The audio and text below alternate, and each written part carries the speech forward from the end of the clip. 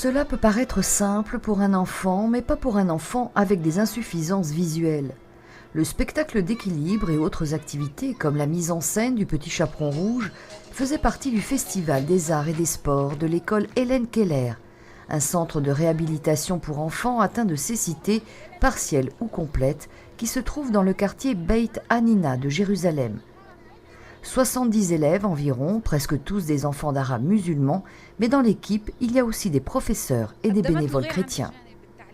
Rimaz Kazabre, une des mères, est la seule chrétienne. L'école, nous dit-elle, au milieu de tant d'autres activités, offre une éducation traditionnelle et ceci lui donne confiance.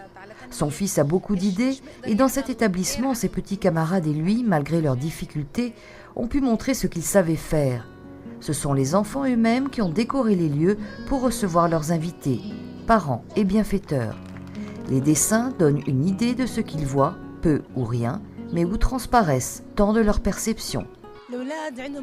Ces enfants, certes, sont différents des autres car ils n'y voient pas ou presque pas, nous dit Mason, une maîtresse de l'école. Mais ils ont des capacités extraordinaires et peuvent surprendre. L'école Hélène Keller a une longue histoire à raconter. Elle qui a dû affronter tant de difficultés pendant les périodes de guerre, quand ici c'était la Jordanie, mais qui n'a jamais fermé grâce au soutien d'institutions et de tant de gens de bonne volonté. Cette école a surmonté les barrières et a changé la conception de l'handicap, en particulier celui de la cécité, en aidant à surmonter tant de préjugés.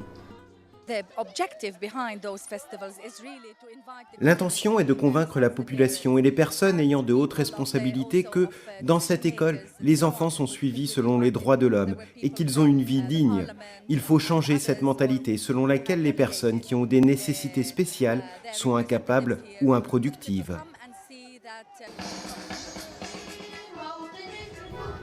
Hélène Keller, qui a donné son nom à l'école, était écrivain. Devenue aveugle, elle est ensuite devenue célèbre grâce à son travail en faveur de personnes porteuses d'un handicap sensoriel. Ici, en Terre Sainte, elle fut la promotrice de la méthode de cette école qui aujourd'hui s'est gagné le respect et la crédibilité de la communauté locale.